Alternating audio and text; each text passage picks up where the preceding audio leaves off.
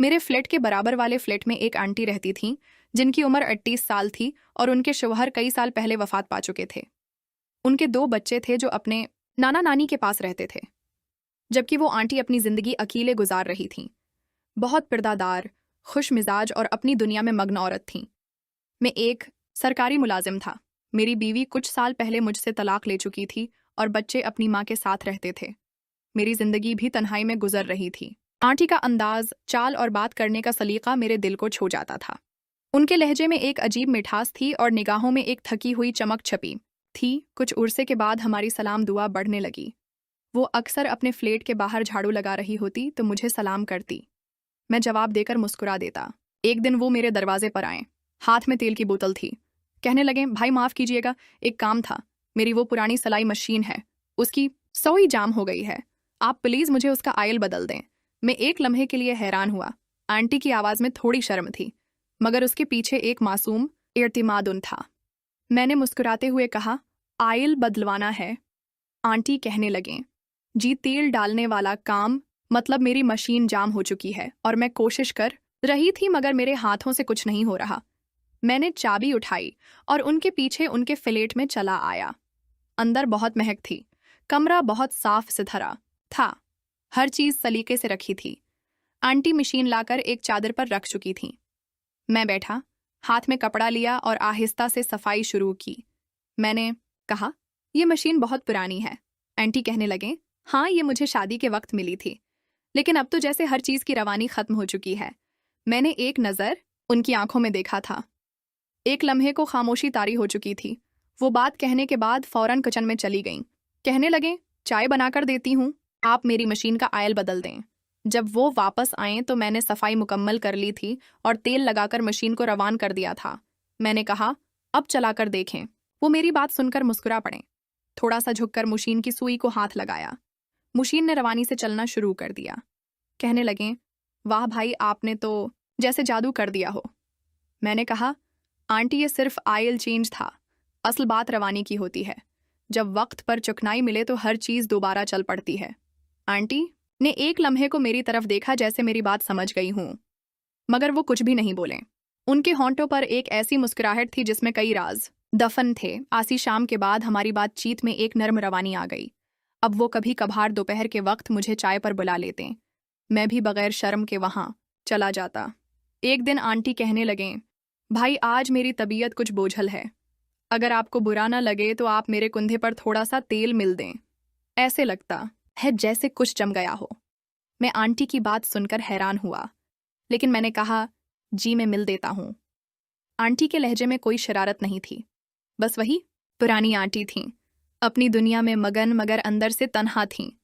मैंने तेल हाथ में उठा लिया। आंटी सूफे पर लेट चुकी थीं। उनके दुपट्टे का किनारा कुंधे से सिरक रहा था। मैंने अंगुलियों में थोड़ा सा तेल लेकर उनके कुंधे पर नरमी से मिलना शुरू कर दिया।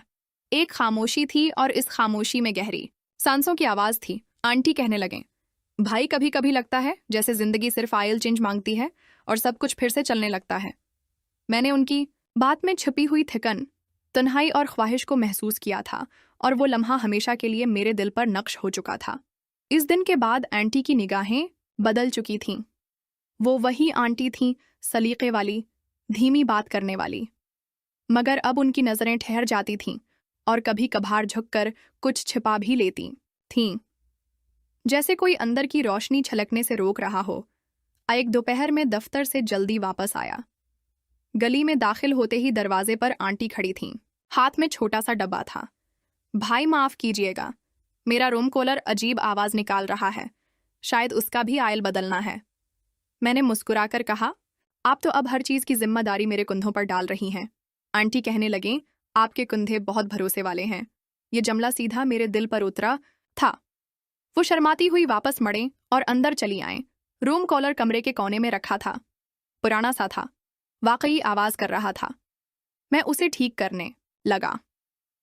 आंटी किचन में चाय लेने चली गईं। बर्तनों की हल्की हल्की आवाज आ रही थी। कॉलर के शोर में एक अजीब सा मजा आ रहा था, जैसे सुकून इस शोर में छपा हो। मैंने ध्यान से कॉलर की सफाई की और नई चुकनाई लगाना शुरू कर दी। आतने में आंटी मेरे पास आए। उनके हाथ में चाय की टरे थी। कहने लगे, कितना वक्त लगेगा? मैंने कहा, बस थोड़ा सा वक्त लगेगा। जब तक अच्छी तरह तेल नहीं लग जाता ये शूर बंद नहीं होगा। मेरी बात सुनकर आंटी कहने लगी, क्या दिलों पर भी ऑयल लगाया जा सकता है?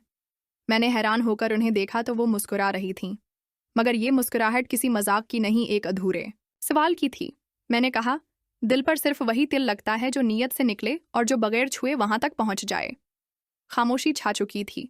कूलर बंद हुआ, पंखा रवान हो चुका था। मैंने कहा, अब ये शोर नहीं करेगा।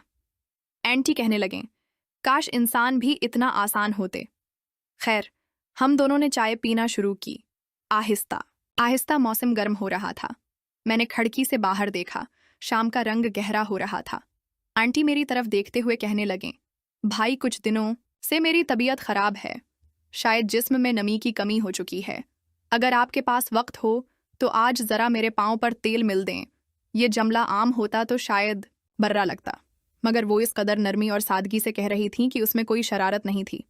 बस एक औरत की तुनहाई जांच रही थी जो अपने जिस्म की बेरूही को किसी के लम्स से जगाना चाहती थी, वो भी बगैर किसी लफ्जी तजावीज के। मैंने सिर हिला दिया। वो सूफे पर बैठ चुकी थीं। दोपटा अब भी मुकम्मल अंदाज में था। उन्होंने पांव सामने किए। मैंने हल्के हाथों से तेल अंगुलियों पर लगा लिया और उनके तलवों पर नरमी से लगाना शुरू किया। उनकी सांस की रफ्तार आहिस्ता आहिस्ता बदलने लगी। उन्होंने अपनी आंखें बंद कर लें। कहने लगे, आपके हाथों में बड़ा सुकून है। ऐसा लग रहा है जैसे मेरा जिस्म जिंदा हो रहा हो। आंटी की बात सुनकर मैंने कुछ नहीं कहा। मैं सिर्फ उनकी मालिश करता रहा। आंटी कहने लगे, कभी कभी लगता है कि तेल सिर्फ मशीनों के लिए नहीं होता। जिस्म भी चीख चीख कर कहता है, अब कुछ रवानी चाहिए। मैंने सर उठाया। उनकी आंखों में नमी थी, लेकिन ये आंसू नहीं थे। ये किसी दब्बे जज्बात की गवाही थी। मैंने सिर्फ इतना कहा, रवानी मिल जाए तो जिंदगी का पंखा भी बगैर शूर के चलता है। एक लम्हे को हम दोनों खामोश हुए, मगर इस खामोशी में एक मियाद तय हो चुकी थी। बगैर जबान के, बगैर वादों के हमने एक दूसरे को समझ लिया था। दोस्तों, अगर आपको वीडियो अच्छी लगी हो तो वीडियो को लाइक और मेरे चैनल को सब्सक्राइब जरूर कीजिएगा। और दोस्तों, अपना बहुत सारा ख्याल रखिएगा। मिलते हैं अगली वीडियो के साथ।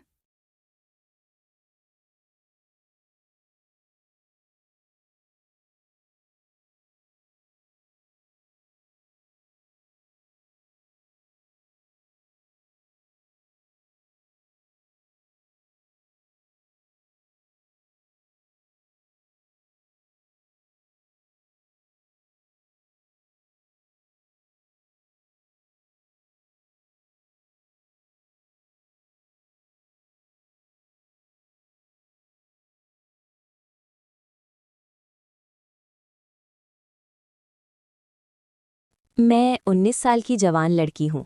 मेरा नाम नूर है। आज जो वाक़या मैं आपके सामने बयान करने जा रही हूँ वो मेरे बचपन का एक ऐसा तल्ख़ तजुर्बा है जो आज भी मेरे जहन पर नक्श है, जैसे कोई सबक हो जो ज़िंदगी भर मेरे साथ रहे।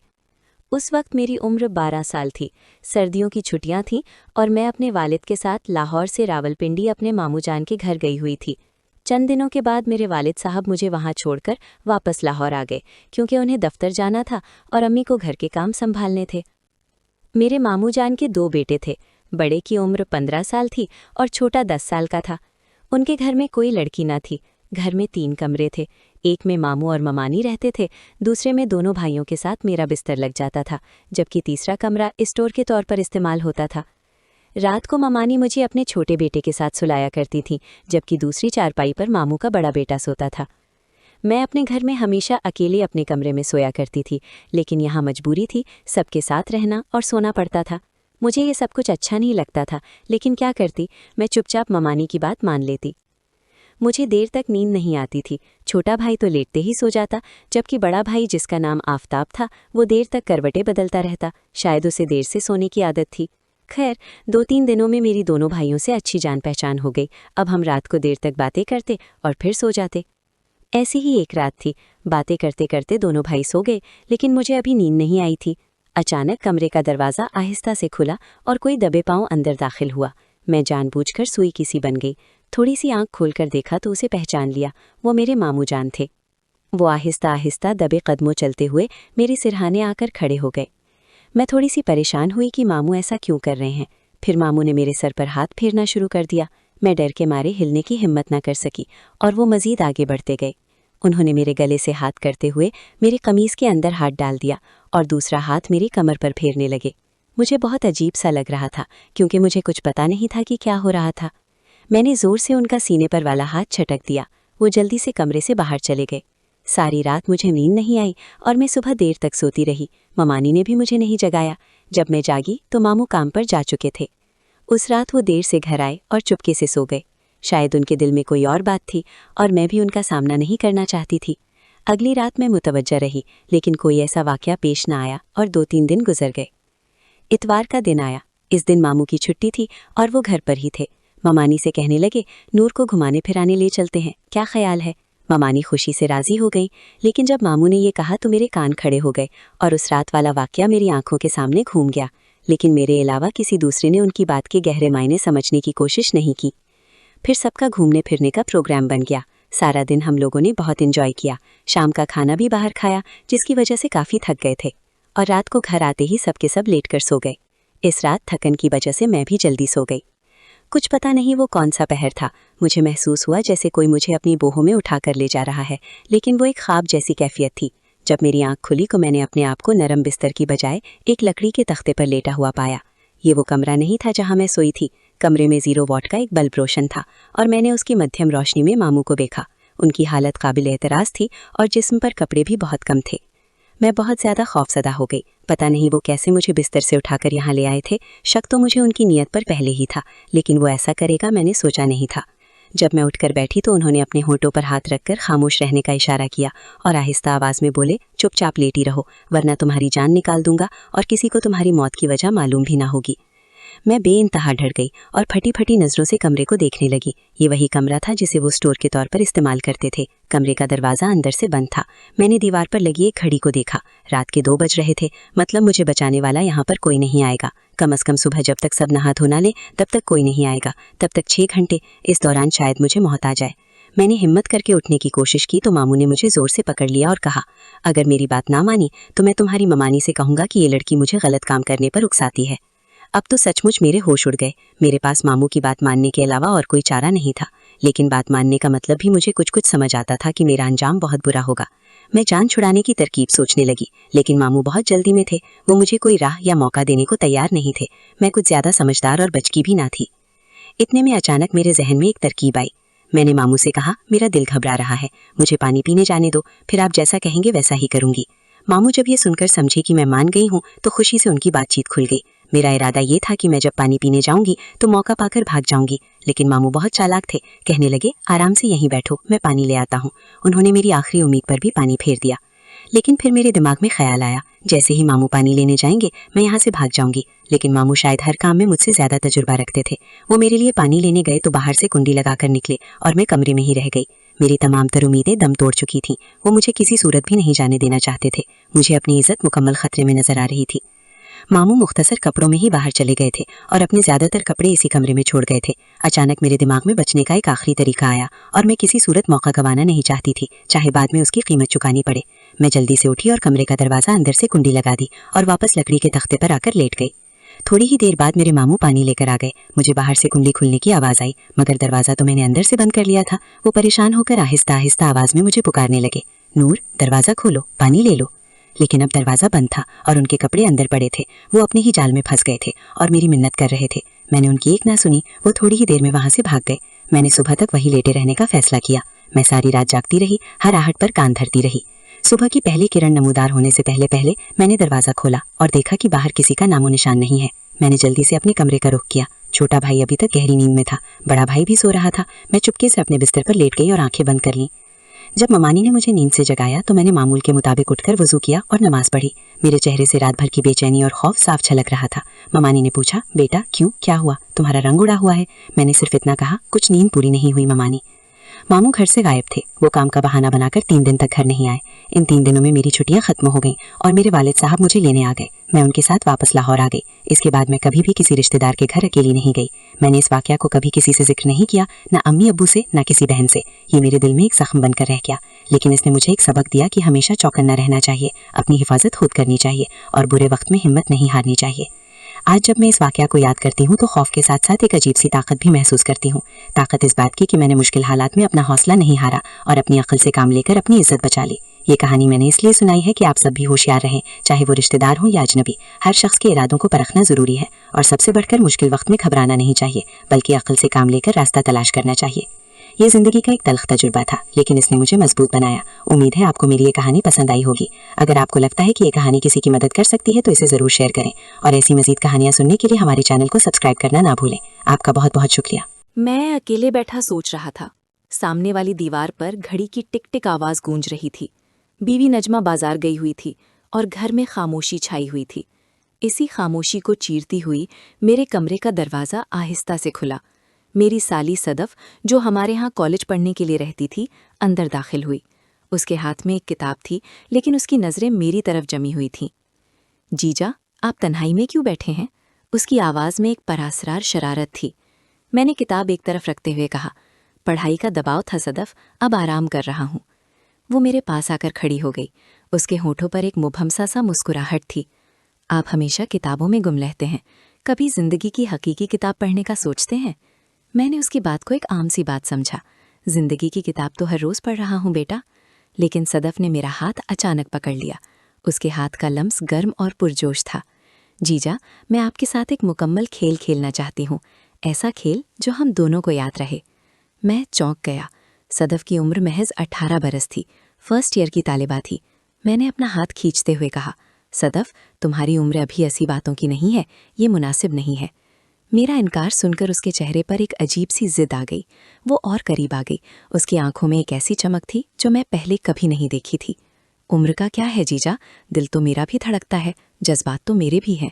नजमा आपा हमारे पास नहीं है, सिर्फ आप और मैं हैं।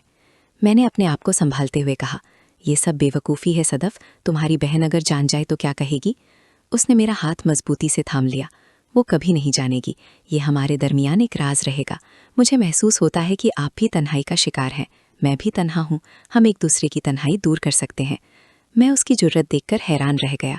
सदफ खूबसूरत ज़रूर थी, लेकिन मैंने कभी उसे इस नज़र से नहीं देखा था। वो मेरी बीवी की छोटी बहन थी, मेरे लिए एक बेटी की मानत थी, लेकिन आज वो एक ऐसी औरत बन चुकी थी जो अपनी ख्वाहिशात का इजहार बेखौफी से कर रही थी। बराए मेहरबानी सदफ, ऐसी बातों से बाज आ जाओ। मैंने उठने की कोशिश की, लेकिन उसने मुझे रोक लिया। क्यों जीजा, क्या आपको डर है या फिर आपको महसूस होता है कि मैं कुछ गलत कर रही हूँ? मोहब्बत कोई गलत चीज़ तो नहीं। उसके अल्फाज में एक जादू था जो मेरे इरादों को कमज़ोर कर रहा था। मैंने सोचा कि शायद उसे खुश करने के लिए थोड़ा सा साथ दे दूँ। ठीक है सदफ, अगर तुम समझती हो कि ये मोहब्बत है तो मैं थोड़ी देर तुम्हारे साथ बैठती हूँ, लेकिन उसके बाद तुम अपने कमरे में चली जाओगी। सदफ की आंखों में चमक और बढ़ गई। उसने दरवाजे की तरफ इशारा किया। आपकी बीवी कभी भी आ सकती है, चलो हम दरवाज़ा बंद कर लेते हैं। मैंने झिझक महसूस की, लेकिन सदफ पहले ही दरवाजे की तरफ बढ़ चुकी थी। वो दरवाज़ा बंद करके वापस आई और मेरे करीब कुर्सी पर बैठ गई। उसकी मौजूदगी ने कमरे के माहौल को बदल कर रख दिया था। जीजा, क्या आप जानते हैं कि मैं कॉलेज में कितनी तन्हा महसूस करती हूँ? उसने अपने जज्बात का इजहार शुरू किया। हर कोई मोहब्बत की बातें करता है, लेकिन मेरे पास कोई नहीं है। फिर मैंने आपको देखा, आपकी नरमी, आपकी हमदर्दी, मुझे लगा कि शायद आप ही वो हैं जो मेरी तन्हाई को समझ सकते हैं। मैंने उसकी बात सुनी और महसूस किया कि शायद वाकई ये लड़की जज्बाती तौर पर बहुत तन्हा है। मैंने नरमी से कहा, सदफ, तुम अभी जवान हो, जिंदगी में बहुत कुछ देखोगी। लेकिन वो मेरी बात काटते हुए बोली, मैं अभी कुछ देखना चाहती हूँ, आपके करीब रहना चाहती हूँ। उसने अपना हाथ बढ़ाया और मेरे रुखसार को छुआ। उसका लम्स बिजली की मानत था। मैंने अपने आप को पीछे खींचा, लेकिन मेरा दिल तेजी से धड़क रहा था। सदफ, बराए मेरे बानी, मेरी आवाज़ में लर्जिश थी। नहीं जीजा, आज नहीं रोकेंगे। वो मेरे करीब होती गई। मैंने अपने आप को कुर्सी के पीछे की तरफ खींचा, लेकिन वो पहले ही मेरे सामने खड़ी थी। उसकी आंखों में एक अजीब सी मस्ती थी। मैंने महसूस किया कि मैं उसकी ख्वाहिशात का मुकाबला नहीं कर पा रहा। मेरी अपनी बीवी नजमा कई हफ्तों से मुझसे दूर थी। मैं खुद भी जज्बाती तौर पर तन्हा था। सदफ ने मेरे हाथ में अपना हाथ रखा। आप घबरा रहे हैं, मैं देख सकती हूँ। डरे नहीं, ये तो फितरी बात है। मैंने गहरी सांस ली। सदफ, अगर हम ऐसा कुछ करेंगे तो ये गलत होगा। गलत वो होता है जो दूसरों को तकलीफ दे। हम किसी को तकलीफ नहीं दे रहे, सिर्फ एक दूसरे की तन्हाई दूर कर रहे हैं। उसके अल्फाज में एक परासरार कुव्वत थी। उसने आहिस्ता से मेरे सर को अपनी तरफ खींचा। मैंने मजीद मुज़ाहिमत नहीं की। वो करीब आई और होंठ मेरे होंठों के करीब ले आई। पल भर की खामोशी थी, फिर अचानक दरवाजे पर दस्तक की आवाज़ आई। हम दोनों अचानक अलग हो गए। मेरा दिल जोर जोर से धड़क रहा था। सदफ की सांस तेज थी। दरवाजे पर दोबारा दस्तक हुई। कौन है? मैंने घबराहट से पूछा। जीजा, मैं हूँ, नजमा। दरवाज़ा क्यों बंद है? मेरी बीवी की आवाज़ बाहर से आई। मैंने सदफ की तरफ देखा। उसके चेहरे पर खौफ के साथ साथ एक अजीब सी मुस्कुराहट थी। उसने आहिस्ता से कहा, कह दीजिए कि आप सो रहे थे। मैंने दरवाज़ा खोलने के लिए उठते हुए कहा, आ रहा हूँ, सो रहा था। दरवाज़ा खोला तो नजमा सामने खड़ी थी। उसने पहले मुझे देखा, फिर अंदर झांककर सदफ को देखा। तुम दोनों यहाँ क्या कर रहे हो? सदफ ने फौरन जवाब दिया, बहन मैं जीजा से कॉलेज के प्रोजेक्ट के बारे में पूछ रही थी। उन्हें नींद आ रही थी तो मैंने दरवाज़ा बंद कर दिया ताकि शोर ना हो। नजमा के चेहरे पर शक का तासुर था, लेकिन वो कुछ नहीं बोली। वो अंदर आ गई और अपना हाथ का बैग रखते हुए बोली, चलो ठीक है, रात का खाना तैयार करो, मैं बहुत थक गई हूँ। वो अपने कमरे में चली गई। सदफ ने मुझे एक मानीखेज नज़रों से देखा और आहिस्ता से कहा, कल फिर मिलते हैं जीजा। वो चली गई, लेकिन उसकी बातों ने मेरे जहन को मिटा दिया था। रात भर मैं सो ना सका। सदफ की तस्वीर मेरी आंखों के सामने घूमती रही। अगले दिन नजमा फिर बाजार गई हुई थी। मैं घर में तन्हा बैठा था कि सदफ फिर आ गई। उस दिन उसने कोई मौका हाथ से जाने ना दिया। वो मेरे करीब आई और बगैर किसी लफ्ज़ के मेरे होंठों पर अपने होंठ रख दिए। इस बार मैंने मुज़ाहिमत नहीं की। हफ्तों की तन्हाई ने मुझे कमज़ोर कर दिया था। 1 माह गुजर गया। नजमा को शक होने लगा था। वो बार बार सदफ से पूछती, तुम्हें कॉलेज में कोई लड़का पसंद है क्या? सदफ हमेशा मुस्कुराती हुई जवाब देती, नहीं बहन, मैं तो सिर्फ पढ़ाई पर ध्यान देना चाहती हूँ। लेकिन एक रात जब नजमा गहरी नींद में सोई हुई थी, सदफ मेरे कमरे में आ गई। उसने मेरे बिस्तर के किनारे बैठकर मेरा हाथ थामा। जीजा, आज रात मुझे आपकी ज़रूरत है। मैंने कहा, नजमा जाग जाएगी, वो गहरी नींद में है। उसने मेरे गले में अपनी बाहें डाल दी। हम चुपके से उसके कमरे में चले गए। दरवाज़ा बंद करते हुए मेरा दिल धड़क रहा था। सदफ ने मेरा हाथ अपने दिल पर रखा। देखिए, मेरा दिल भी आपकी तरह धड़क रहा है। वो रात हमारी पहली मुकम्मल मुलाकात थी। सदफ ने बहुत शौक से मेरे जज्बात को समझा, मेरी तन्हाई को अपने पास से दूर किया। मैंने महसूस किया कि मैं भी उसकी तरफ खिंच रहा था। वो मेरी बीवी की बहन थी, लेकिन उस रात वो मेरे लिए एक ऐसी औरत बन गई जिसके बगैर मैं रह नहीं सकता था। अगले कई हफ्ते यूं ही गुजरते रहे। जब भी नजमा घर से बाहर जाती, सदफ मेरे पास आ जाती। हमारी मुलाकातें खुफिया रहती, लेकिन एक दिन वो नागुज़ीर वाक़या पेश आ ही गया। एक रात जब हम सदफ के कमरे में थे, दरवाज़ा अचानक खुल गया। नजमा सामने खड़ी थी। उसका चेहरा गुस्से और हैरानी से सुर्ख था। ये तुम क्या कर रहे हो? उसकी आवाज़ में गुस्सा था। मैं घबरा गया। सदफ ने मेरा हाथ थामा और बोली, बहन, जीजा की कोई गलती नहीं है, मैंने मजबूर किया था। नजमा ने हमें गौर से देखा। उसकी आंखों में आंसू थे। तुम दोनों ने मेरा एतमाद तोड़ा है। सदफ ने आगे बढ़कर नजमा के हाथ थामे। बहन, मैं माफ़ी चाहती हूँ, लेकिन मैं जज्बात को काबू न कर सकी। आप जानते हैं कि मैं कितनी तन्हा थी। नजमा खामोश खड़ी रही। कुछ देर बाद उसने गहरी सांस ली। तुम दोनों से मैं बहुत मायूस हूँ। मैंने भी आवाज़ उठाई, नजमा, ये मेरी गलती है, मैंने तुम्हारा एतमाद तोड़ा। लेकिन नजमा ने हमें हैरान कर दिया। उसने आहिस्ता से कहा, मैं जानता हूँ कि सदफ जवान है और उसके जज्बात हैं, लेकिन तुम्हें उसे राह रास्त पर लाना चाहिए था। इसके साथ ये सब कुछ नहीं करना चाहिए था। फिर उसने एक और हैरत अंगेज़ बात कही, अगर तुम दोनों का रिश्ता इतना ही गहरा है तो मैं क्या कर सकती हूँ, लेकिन इस रिश्ते को खुफिया रखने की बजाय मैं चाहती हूँ कि सब कुछ खुलेआम हो। हम दोनों हैरान रह गए। नजमा ने आगे कहा, मैं भी तुम दोनों के साथ रहना चाहती हूँ। हम तीनों मिलकर एक नई जिंदगी शुरू कर सकते हैं। ये फैसला हैरत अंगेज था। सदफ की आंखों में खुशी के आंसू आ गए। उसने नजमा को गले लगा लिया। बहन, आप वाकई बेहतरीन हैं। इसी रात से हम तीनों के दरमियान एक नए रिश्ते का आगाज हुआ। नजमा ने हमें समझा, हमारी जज्बाती ज़रूरतों को समझा। वो जानता थी कि सदफ अब बच्ची नहीं रही, वो एक जवान औरत है जिसके अपने जज्बात हैं। कई महीने गुजर गए। हम तीनों मिलकर रहने लगे। नजमा ने कभी हमारे रिश्ते में रुखना नहीं डाला। वो समझती थी कि मोहब्बत कभी किसी एक शक्ल में नहीं होती। 2 साल बाद सदफ की डिग्री मुकम्मल हो गई। उसकी शादी तय हुई। रुखसत होने से पहले उसने मुझे और नजमा दोनों को गले लगाया। आप दोनों ने मेरी ज़िंदगी को रोशन किया। मैं हमेशा आपका शुक्रगुजार रहूंगी। सदफ के जाने के बाद ज़िंदगी मामूल पर आ गई। नजमा और मैं पहले से ज़्यादा करीब हो गए। हमने महसूस किया कि हमारा रिश्ता और मजबूत हो गया है। आज जब मैं माजी पर नज़र डालता हूँ तो मुझे एहसास होता है कि ज़िंदगी हमें कभी कभी ऐसे रास्ते पर ले जाती है जिनका हमने कभी सोचा तक नहीं होता। लेकिन अगर नीयत साफ हो और दिल में मोहब्बत हो तो हर रिश्ता मुकद्दस बन जाता है। सदफ आज एक कामयाब खातून है, एक अच्छी बीवी है। हम आज भी उससे मिलते रहते हैं, लेकिन अब हमारा रिश्ता सिर्फ बहन और बहनोई का है। वो दिन हमेशा के लिए हमारे दिलों में एक प्यारी यादें बनकर रह गए हैं। नजमा और मैं आज भी एक दूसरे के साथ हैं। हमारा प्यार वक्त के साथ और गहरा हो गया है। हमने ज़िंदगी के इस तजुर्बे से सीखा कि मोहब्बत में वुसअत होती है, तंग नजरी नहीं। ये थी हमारी कहानी, जज्बों की एक ऐसी दास्तान जो हमेशा हमारे दिलों में जिंदा रहेगी। अगर आपको ये कहानी पसंद आई तो चैनल को सब्सक्राइब करना ना भूलें, ताकि ऐसी ही पुरजोश कहानियाँ आप तक पहुँचती रहें। आपके पसंदीदा चैनल के साथ जुड़े रहिए। शुक्रिया। एक ठंडी और धुंध भरी रात थी। 11:30 बजे थे जब साहिवाल से कराची जाने वाली ट्रेन स्टेशन पर रुकी। मैं अपना सामान संभालता हुआ डब्बे के अंदर दाखिल हुआ तो देखा कि हर तरफ हुजूम ही हुजूम था। हर बर्थ पर 3-3, 4-4 मुसाफिर बैठे थे। मैंने अपना रिजर्वेशन चेक किया और 5वीं नंबर की बर्थ की तरफ बढ़ा। वहाँ पहले से ही एक खातून, 2 नौजवान लड़कियाँ और एक छोटा सा लड़का बैठा हुआ था। मैंने अदब से कहा, बीबी जी, ये मेरी बर्थ है, मैंने इसकी टिकट कटवाई है। वो बूढ़ी खातून गोया हुई, बेटा, मैं अपनी जवान बेटियों को लेकर कहाँ जाऊँ? देखो तो सही, पूरा डब्बा भरा हुआ है, पाँव रखने की जगह भी नहीं। मैंने इधर उधर देखा, वाकई कोई जगह खाली ना थी। दोनों लड़कियों ने मुझे ऐसी मासूम और बेबस नज़रों से देखा कि मेरे दिल में हमदर्दी जाग उठी। मैंने कहा, कोई बात नहीं, मैं अपनी बस्ते पर बैठ जाता हूँ, आप लोग आराम से बैठिए। मैंने अपना बस्ता बर्थ के नीचे रखा और छोटे लड़के के पास फर्श पर बैठ गया। ट्रेन चल पड़ी। सर्द हवा का झोंका आ रहा था। मैंने अपने बस्ते से एक गर्म शाल निकाली और ओढ़ ली। फिर मोबाइल फ़ोन निकालकर बैठ गया। मैं बार बार महसूस कर रहा था कि दोनों लड़कियों में से एक, जो काली रंगत और बड़ी आंखों वाली थी, बार बार मेरी तरफ देख रही है, लेकिन मैंने कोई तवज्जो न दी। कुछ देर बाद बूढ़ी खातून ने दोनों बर्थों के दरमियान फर्श पर एक चादर बिछाई और छोटे लड़के के साथ लेट गईं। बेटा, हम सो जाते हैं, कहकर उन्होंने कंबल ओढ़ लिया। अब बर्थ पर सिर्फ वो दोनों लड़कियां बैठी थीं। काली आंखों वाली लड़की मेरी तरफ मुड़ी और मुस्कुराते हुए बोली, आप भी लेट जाएं, हम आपके पाँव की तरफ बैठ जाएंगी। मैंने बिस्तर सजाकर लेटने की कोशिश की, लेकिन जगह तंग थी। आखिर मैंने अपना बस्ता सिराहने रखा और शाल ओढ़कर आंखें बंद कर लीं। थोड़ी देर बाद मैंने महसूस किया कि उस लड़की का पाँव मेरे पाँव से छू रहा था। मैंने पाँव पीछे खींच लिए, लेकिन फिर महसूस हुआ कि वो दानिस्ता तौर पर करीब आ रही है। डब्बे की लाइट बुझ चुकी थी। अंधेरा गहरा था। मैंने आंखें खोली तो देखा कि वो लड़की मेरी तरफ ही देख रही है। मैंने सोचा शायद उसे कोई तकलीफ है। मैंने आहिस्ता से पूछा, क्या बात है? वो बोली, कुछ नहीं, बस आपका नाम क्या है? आरिफ, मैंने जवाब दिया। मैं ज़ैनब हूँ, ये मेरी बहन महक है। हम आहिस्ता आहिस्ता बातें करने लगे।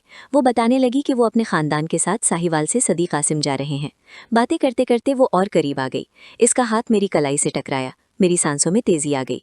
ये पहली बार था कि मैं किसी लड़की के इस कदर करीब था। उसने मेरे कान में सरगोशी की, क्या आप मेरे साथ दोस्ती करेंगे? मैंने हाँ में सर हिला दिया। मैं उसकी मासूमियत और बेसाख्तापन से मुतासिर हो चुका था। फिर उसने अपनी बहन की तरफ देखा, जो दूसरी तरफ मुंह किए सोई हुई थी। ज़ैनब ने कहा, महक भी बहुत अच्छी लड़की है। मैंने कोई जवाब न दिया। थोड़ी देर बाद ज़ैनब ने मेरा हाथ अपने हाथ में ले लिया। मेरे जिस्म में बिजली दौड़ गई। मैंने भी हल्की सी पकड़ उसके हाथ पर बढ़ा दी। ये सब इस तरह हो रहा था जैसे दोनों तरफ से खामोश मुआहिदा तय पा गया हो। रात गहरी होती गई। डब्बे में सन्नाटा छा गया। ज़ैनब ने मेरे करीब आने की कोशिश की। मैंने अपनी जगह से हटकर उसे गुंजाइश दी। वो आहिस्ता से मेरे पहलू में आकर लेट गई। हमारी सांसें इकट्ठी हो रही थी। उसने अपना सर मेरे कंधे पर रख दिया। मैंने शाल का एक हिस्सा उस पर डाल दिया। उसने पूछा, आप कब तक कराची रहेंगे? कुछ पता नहीं, शायद हमेशा के लिए, मैंने जवाब दिया। हम भी कराची ही आते जाते रहते हैं, शायद मुलाकात हो जाए, उसने कहा। ज़रूर, मैंने कहा, हालांकि दिल में यकीन नहीं था। एक अजीब सी खुशबू उसके बालों से आ रही थी। मैंने अपना हाथ उसके बालों पर फेरा। वो करीब से मुस्कुराई। फिर अचानक उसने अपना हाथ मेरी कमीज के बटनों पर रख दिया। मेरा दिल थक से रह गया। मैंने उसका हाथ पकड़कर हटाने की कोशिश की, लेकिन वो मजीद करीब आ गई। डरो मत, उसने सरगोशी की।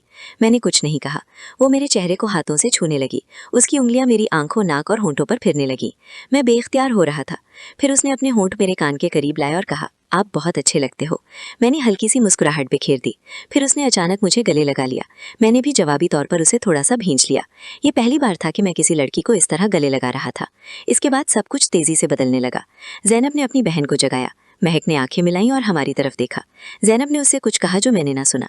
महक ने हल्का सा सर हिलाया और वो भी हमारे करीब आकर बैठ गई। अब सूरत हाल और भी अजीब हो गई थी। दो लड़कियां मेरे करीब बैठी हुई थी।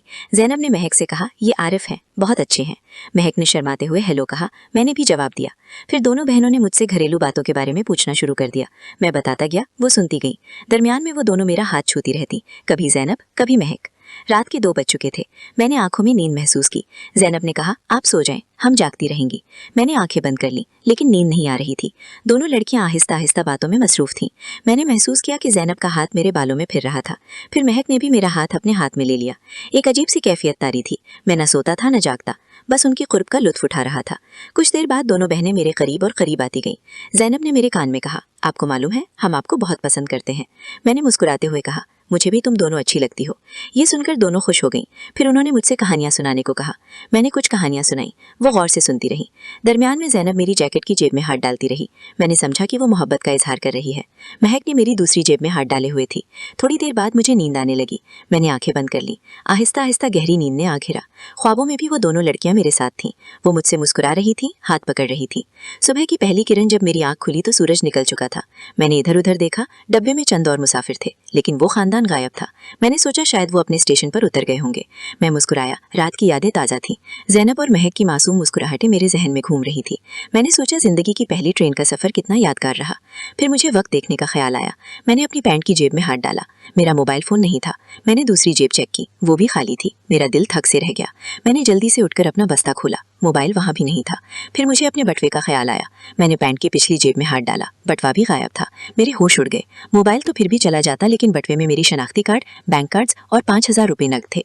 मैंने डब्बे के फर्श पर बर्थ के नीचे अपने बस्ते की हर जेब में हाथ डाला, कुछ नहीं मिला। फिर मुझे रात की वो मंजर याद आया जब ज़ैनब और महक मेरी जेबों में हाथ डाल रही थी। मैं समझ गया, ये कोई मोहब्बत का इजहार नहीं था, ये एक मुनज़्ज़म चोरी थी। मैं स्टेशन पर खड़ा रह गया। ट्रेन रवाना हो चुकी थी। मेरे पास कुछ नहीं था, ना मोबाइल, ना पैसे, ना कोई शनाख्त। मैंने एक बुजुर्ग मुसाफिर से फ़ोन मांगा और अपने कराची वाले दोस्त को फ़ोन किया। वो मेरी हालत सुनकर हैरान रह गया। सोकर उठा हूँ तो सब कुछ गायब था। मैंने कहा, तुम्हें पता है, यहाँ ट्रेनों में ऐसे बहुत से जाली खानदान होते हैं जो लोगों को बेवकूफ़ बनाकर उनकी चीज़ें चुरा लेते हैं। दोस्त ने बताया। मैंने सारा मामला समझा। वो बूढ़ी खातून, दोनों लड़कियाँ, छोटा लड़का, सब मिलकर काम कर रहे थे। वो मेरे जज्बात से खेल रहे थे। मेरी बेवकूफ़ी पर वो हंस रहे होंगे। दोस्त मुझे लेने स्टेशन पर आया। घर पहुंचकर मैंने हिसाब लगाया। मोबाइल फ़ोन 40,000 का, नकद 5,000 और बटुए में मौजूद कार्ड्स जिनकी बहाली पर मजीद खर्चा। कुल नुकसान तकरीबन 50,000 रुपये के करीब था। लेकिन पैसों से ज़्यादा तकलीफ दे थी मेरी एतमाद को पहुंचने वाली चोट। मैंने पहली बार किसी पर एतमाद किया था और उसका ये अंजाम निकला था। इस वाक़े के बाद मैंने एक अहम सबक सीखा। अजनबियों पर बहुत जल्द एतमाद नहीं करना चाहिए, चाहे वो कितने ही प्यारे और मासूम क्यों ना लगे। दूसरा सबक ये कि सफ़र में हमेशा चौकन्ना रहना चाहिए, अपनी चीज़ें महफूज रखनी चाहिए। कई साल गुजर गए। मैंने बहुत से ट्रेन के सफ़र किए, कभी किसी ज़ैनब या महक के चक्कर में नहीं पड़ा। जब भी कोई अजनबी करीब आता मैं होशियार हो जाता।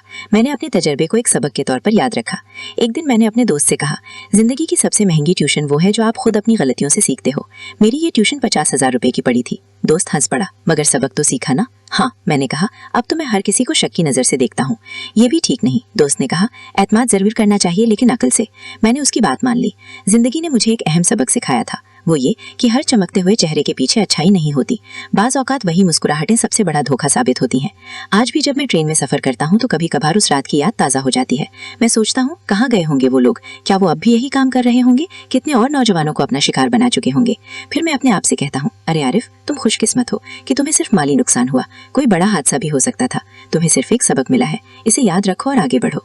ये कहानी सुनाने का मकसद यही है कि आप भी होशियार रहें, सफ़र में अजनबियों से मोहतात रहें, अपनी चीज़ें संभाल कर रखें और कभी किसी की बातों में आकर अपना नुकसान ना करें। जिंदगी एक सफ़र है। इस सफ़र में हमें हर कदम पर अक्ल से काम लेना चाहिए। जज्बाती फैसले अक्सर पछताने का सबब बनते हैं। मेरी ये कहानी इसी बात की गवाह है। आपने मेरी कहानी सुनी। अगर आपको अच्छी लगे तो हमारे चैनल को सब्सक्राइब ज़रूर करें। ऐसी ही सबक आमूज़ कहानियाँ सुनने के लिए हमारे साथ जुड़े रहें। शुक्रिया।